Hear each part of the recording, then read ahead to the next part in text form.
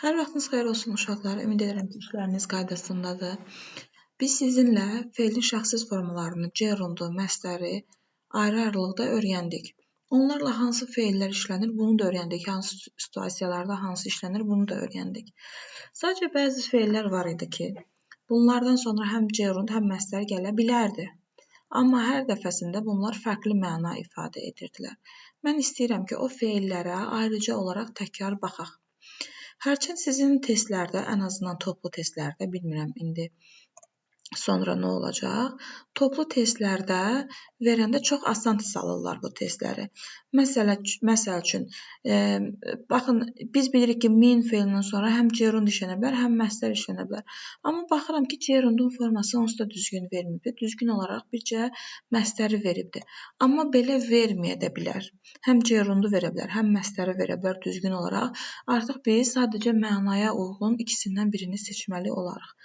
Burada biz belə düşəndə karıxmamaq üçün, düzgün yaza bilmək üçün, yenə də deyirəm, ayrıca gəlin bu fe'lləri təhlil edək. Birinci olaraq başlayaq xatırlamaq və unutmaq fe'llərindən. Əgər bu iki fe'ldən sonra birbaşa gerund gəlirsə, bu o deməkdir ki, biz etdiyimiz bir şeyi ya unuduruq, ya xatırlayırıq. Yəni, bir hərəkəti daha öncə etmişik, sonra onu unudub və ya xatırlayırıq. Gəlin nümunəmizə baxaq, daha aydın olsun bizim üçün. I know I locked the door. I clearly remember locking it. Mən bilirəm ki, qapını bağlamışam. Mən bağladığımı açıq-aşkar xatırlayıram. Deməli, evdən çıxanda qapını bağlamışam. İndi gəlmişəm işə, məktəbə. Anam yazır ki, qapını bağladın mı? Mən də deyirəm ki, hə, bağlamışam. Xatırlayıram ki, bağlamışam. Və yaxud da unutmuşam bağlayıb bağlamamağımı. Deməli, bir hərəkəti öncə olubsa və daha sonra mən onu xatırlayıram və ya unuduramsa, bu zaman gerund işlədirəm. İndi ikinci mənası yada salmaq mənasındadır. Rememberin. Əgər bu remember və ya forget fe'lindən sonra birbaşa məsdər gəlirsə, bu o deməkdir ki, hələ etməmişdən öncə yadına salırsan nə isə. Məsələn, anan sənin yadına salır ki, qapını bağla. Deyib gedibdir, sən də evdən çıxmamışdan yadına düşür ki, mən qapını bağlamalıydım, mən pəncərəni bağlamalıydım, mən qazı söndürməliydim, işığı söndürməliydim. You remember to do something before you do it. Bir şeyi etmədən öncə yadına salırsan.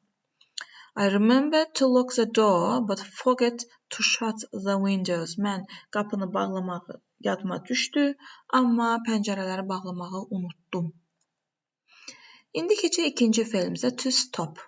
To stop gerundla işlənəndə tərgimək mənasındadır. Yəni, hər hansı bir hərəkət, vərdişi və yaxud da davamlı edilən bir hərəkəti tamamilə dayandırırsan, tərgiyirsən.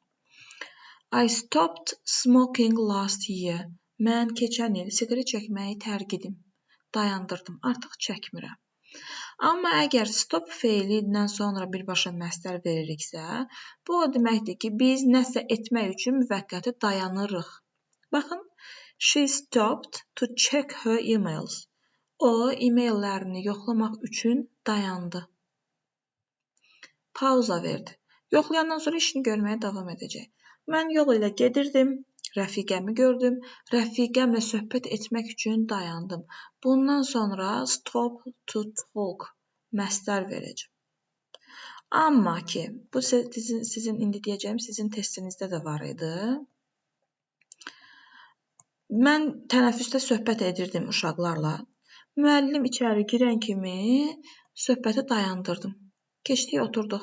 Partamızda başladıq dərs işləməyə. Bu zaman gerund verəcəm. Çünki mən nə isə etməyi dayandırdım.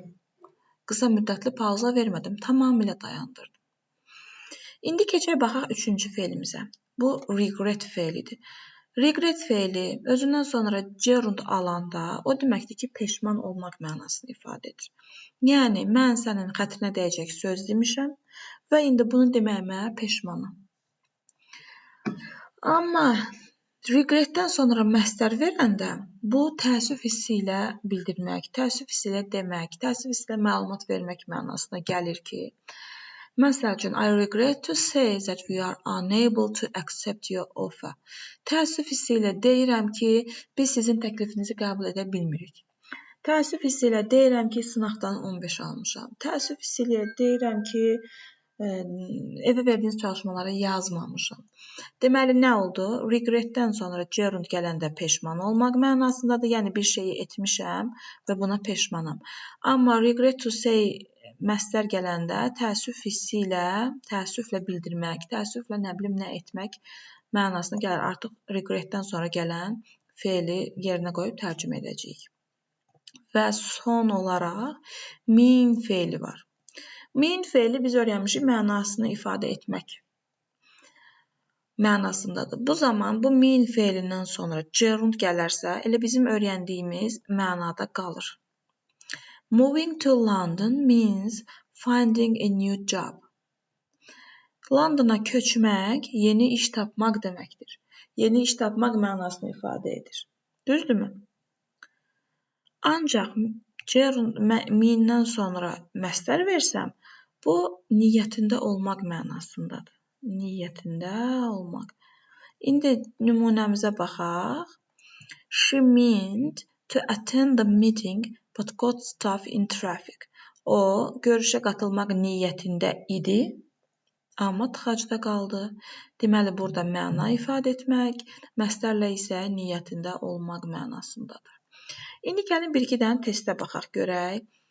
Buna baxdıq. Məsələn, regretdən sonra dedik ki, həm məstər, həm gerund işlənə bilər.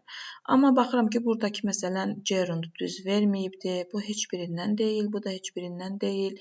Burada məstər not qarşıda, yəni to-dan məstər hissəcindən öndə olmalıdır. Bu formada düzgün deyil, sadəcə mənə gerundu düzgün verib.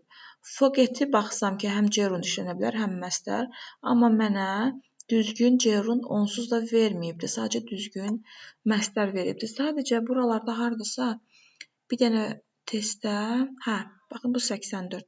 Hər ikisini düzgün verib. Baxın gerundu da düzgün verib. Məstəri də düzgün verib. Artıq mən tərcümə etməklə baxacağam. Deməli, gerund gəlirdisə məna ifadə etmək idi. Məstər gəlirdisə niyyətində olmaqdır. İndi baxaq görək hansı uyğun gəlir. We didn't mean the event so early. Biz eventi belə erkən tərk etmək niyyətində deyildik. Artıq tərk etmək mənasını veririk. Bu məna vermək burada tərcümədə bizə uyğun gəlmir. Forgot-a baxaq. Həm gerund, həm məstər gələ bilərdi. Amma mənə düzgün gerundu verməyibdi deyə mən məstər seçirəm. Baxın, başqa nəsə elə bir test varmı ki? Yox. Ya məstəri düzgün verib, ya da gerundu düzgün veribdi. Ona görə seçirsiniz. Amma yenə də deyirəm, bu indi 84-ü işlədiyimiz kimi test versə də, siz artıq tərcümə etməklə biləcəksiniz ki, hansını işlədə bilərsiniz. Ümid edirəm ki, sizin üçün faydalı olar. Təşəkkür edirəm.